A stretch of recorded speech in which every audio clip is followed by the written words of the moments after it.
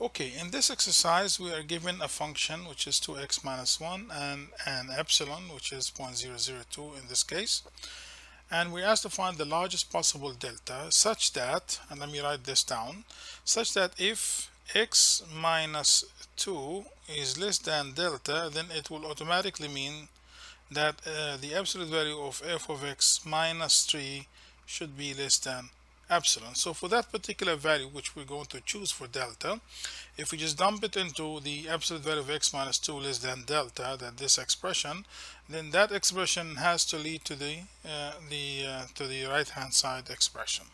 Well, first of all, let's just assume that this is true, that we are picking a value for delta, and that should lead to that. So what happens in the conclusion of this expression? Now we have the function which is 2x minus 1. Let me just put it down here. So this is 2x minus 1 minus 3 is less than epsilon, and therefore it becomes 2x minus 4 less than epsilon. If I take 2 as a common factor, it will be x minus 2 inside here less than epsilon, and therefore x minus 2 should be less than epsilon over 2. Now by comparing the two sides here, this side and this side, we see that an appropriate value for delta is epsilon over 2, and in order to show this we have to do some reverse process of what we've just done here. Okay, here is the reverse process. Now assume now that, or take, let's say, take delta to be epsilon over 2. Then what we're saying that if x minus 2 is less than delta, then it will mean that the absolute value of x minus 2 is less than the chosen value of delta, which is epsilon over 2. And then if I multiply both sides by 2, should be 2 multiplied by the absolute value of x minus 2 is less than epsilon. I'll pass the 2 inside, so there becomes 2x minus 4 inside here less than epsilon, and then I will just split this into 2x minus 1 and then minus 3 less than epsilon, and this is my f of x actually. Minus 3 is less than epsilon. Well, then it is true. Then if I take delta to be epsilon over 2, then this is going to lead to that. And now therefore for the numerical values that are given here, then delta is supposed to be epsilon, which is 0.002 divided by 2, and that is supposed to be 0.001. And here is how this is supposed to show on a graph. The limit of this function as x goes to 2 is equal to 3. So this is also a straight line. So this is 0, 2, and that's 3. And if we go beyond 3 by epsilon, which is 0.002, so this is going to be 3 plus 0.002, and this is going to be 3 minus 0.002. Then it is true that this is your delta here, or this is your delta from this side, and delta is supposed to be 0.001, that is away from 2. Okay, in this exercise we're given the square root of x as the function.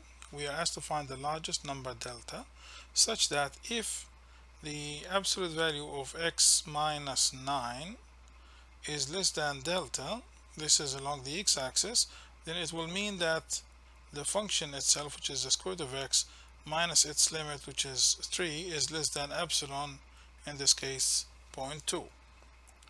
What does that mean graphically? It means if you go away from 3 by a small epsilon, which is 0.2 in this case, so this is 3 plus 0.2 L plus epsilon, so this is 3.2, or you go below that, which means 3 minus 0.2, which is in this case 2.8. What you need to do, you need to find delta here on the x-axis, and let me just show you where delta is. So delta is the distance from the center 9 to the maximum location you can go on the right, or the maximum location that you can go to the left of 9, and they're not necessarily going to be the same. So this is your delta 1 and this is your delta 2. So our job is to find the largest delta, and now if you have two deltas just like the case we have here, so what we will do is that we will take the smaller of the two, and we will see the reason why we do that. So let's just call this x1 and call this x2. Now since y, I can get the values of x1 and x2 just by solving this equation. Y is equal to the square root of x. This is how the function behaves. Now if y is equal to 3.2, then x is supposed to be x1, and I can solve for that. So x1 is equal to 3.2 square. And similarly, if y is equal to 2.8, then x is supposed to be x2, and therefore x2 is equal to 2.8 square. Well, the values are easily calculated as 10.24 and 7.84, and therefore I can find the value of delta. So delta is equal to 10.24 minus the center, which is 9, and that is going to be 1.24. So this is 1.24 on this side, and delta 2 is going to be 9, which is the center, minus x2, which is 7.84, and that is going to be 1.16. So this is 1.16 on this side. Let me just magnify the picture and see what's going on. Well, the idea, if you stand anywhere on some interval, and this interval has to be symmetric around 9. If you stand on any point on this interval, you're supposed to be between this line here and this line here for the function. So let's say to the contrary that you're taking the largest of these two values. So on this right hand side, so this is your extension of the interval, and on the other side the extension interval is going to go beyond x2, because now delta 1, which is the larger, is going to be 1.24, so it has to go beyond that x2 from the other side. Now what happens if you stand here, if your x value is just lower than x2, and let me just look at it here on the graph. So this is where you are now. Then if you check the value of y, then this is going to be beyond the limitations that we put here, that it has to be between these two lines. So you can lose grounds now. You cannot satisfy the condition that if you are in this interval, then you must be on the y interval, which is L plus epsilon and L minus epsilon, which means you are away from the limit by this epsilon. So what we will do instead, we will just take the smaller, which means that this interval now is going to extend from this side here to somewhere here. Of course, now this is symmetric about 9, not exactly in this case. So this is symmetric about 9. So of course you're going to lose values here. So if you stand here, you still satisfy the condition, but this is not important. If you are now in this interval here, which is symmetric about 9, you are certainly going to be, the value of the function is certainly going to be between these two lines, and that's why we take the smaller of these two values. So now the value that for delta that we're going to take is 1.16. Okay, here's another similar exercise to the previous one. The function here is 2 over the square root of x. We are asked to find the largest delta such that if the absolute value of x minus 1 is less than delta, then the absolute value of f of x minus 2 has to be less than 1/2. What does that graphically mean? Well, that means if your limit is 2 and you go beyond this limit on top by 0.5, which is this half here. So this is 2.5. Then you're supposed to find the value of let's say x1 here, and your delta is going to be this much, how far it is away from 1. So this is your delta 1. And if you go below 2 by 1/2 again, so this is 1.5, and you're supposed to find also x2 on this side, and the distance from the center to x2 is another delta, which I will call as delta 2, and we will take the minimum of these two. Now it is easy to calculate the values of x1 and x2 just simply by using the equation that y is equal to the square root of 2 over square root of x. Now if y is 2.5, which is 5 over 2 here, then I'm supposed to find this value here. So that is 2 over actually the square root of x1. So now the square root of x1 is going to be 4 over 5, and therefore x1 will be 16 over 25. Similarly, if y is equal to 1.5, which is 3 over 2, then that is supposed to be 2 over x2, and therefore the square root of x2 will be 4 over 3, and therefore x2 is 16 over 9. Now it is easy to calculate the values of delta 1 and delta 2. Okay, so delta 1 will be just 1 minus x1, and x1 in this case is 16 over 25, so this is 9 over 25. Now delta 2 will be equal to x2, now 16 over 9 minus the center, which is 1, and that is 7 over 9. And now obviously delta is going to be the minimum of delta 1 and delta 2, which in our case should be delta 1, which is 9 over 25. Okay, here is another similar exercise, but in this case the function is e to the x. So graphically we have the function which is e to the x. The limit is just 1 here. We're supposed to go by 1/2 away from this limit, so that is 3 over 2. It's just 1 plus 1/2, and also on the other side by 1/2, so this is 1/2. Now if y is equal to 3 over 2, we're supposed to hit the function here, and we're supposed to find this value, which is x1. Okay, and if y is equal to 1/2, we're supposed to hit the function here, and that is going to be your x2, and this is your center here. So let's just calculate delta 1 here and delta 2. So now the value of x1, so y is equal e to the x. If y is equal to 3 over 2, then x will be equal to x1. And if I take len of both sides, so len 3 over 2 is going to be len of e to the x1, which is simply x1. So x1 is going to be len of 3 over 2. Now if y is equal to 1/2 here, so 1/2 is going to be equal to e to the x2, which I'm looking for this value here. So now x2, just by taking len of that, so it will be len of half will be just x2. Now remember that we're just taking the distance from the center, which is 0 here. So now delta 1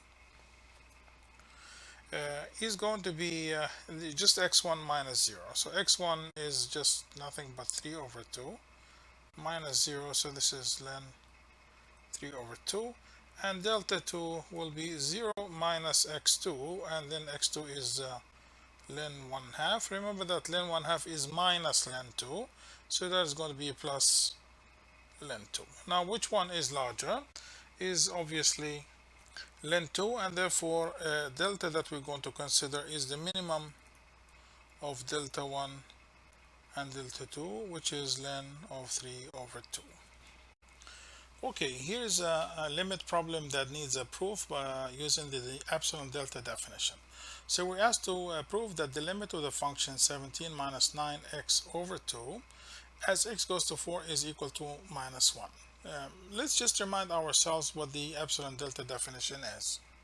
Well, the definition says that if you're given epsilon, which is a positive number, usually small, then there exists, this is what this symbol means, another positive number delta, such that if the absolute value of x minus a, which means that if x is away from a by delta, and x is not necessarily going to be equal to a, and this is what this means.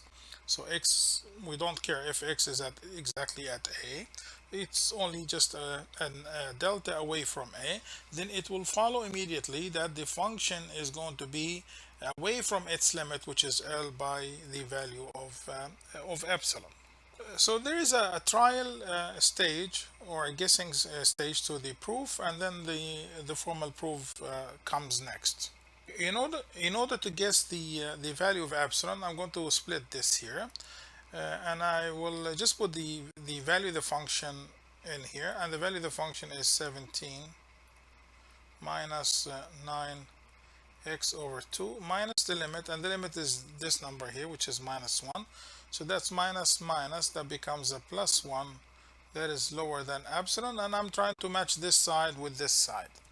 Okay, now if I just put things together, so this is 18 minus 9 over 2x less than epsilon. And now since this appears as x only, and I'm going to take minus 9 over 2 as a common factor, so this is minus 9 over 2, that is supposed to be x minus 4 less than epsilon. Then I will take minus 9 over 2 outside the absolute value, becomes 9 over 2 times the absolute value of x minus 4 lower than epsilon, or x minus 4 will be less than 2 epsilon over 9.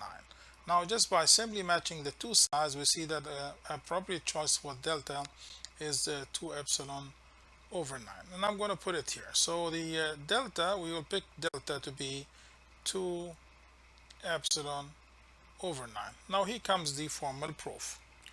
Okay, the definition says if you start from here, x minus a less than delta, you should reach to the other side, which is the absolute value of f of x minus L is supposed to be lower than epsilon. Now starting with the left hand side, so x minus a, and a in this case is equal to 4, so x minus 4 is less than delta, and the chosen delta is 2 epsilon over 9. We're supposed to reach to this stage. Okay, how do we do this? Okay, we just multiply by 9 over 2 both sides. So let me just multiply here. So this is 9 over 2 multiplied by the absolute value of x minus 4. That is supposed to be lower than epsilon. Now I will pass 9 over 2 inside the absolute value. So that becomes 9 over 2 multiplied by x minus 4 less than epsilon.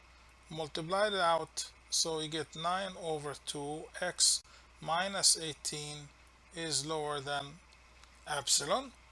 Okay, now the absolute value of a minus b is the same as the absolute value of b minus a. For example, if you have 5 minus 3, which is the absolute value of 2, this is the same as the absolute value of 3 minus 5, which is minus 2, and the absolute value is going to make that plus 2. So what that means is the implication that 18 now minus 9 over 2x is going to be lower than epsilon. I'm going to split the 18 into 17 plus 1 minus 9 over 2x lower than epsilon. Now 17 minus 9 over 2x plus 1, and that one I'm going to make it as minus minus 1 as to retrieve this L value here. So that is lower than epsilon. This leads to the fact that now this is my function f of x. So this is my f of x, and this is my L. So this is L is lower than epsilon, and the proof is complete. It's complete in the sense that starting with this x minus a, the absolute value is lower than delta. It will be true that the absolute value of f of x minus L will be lower than epsilon for that particular choice of delta.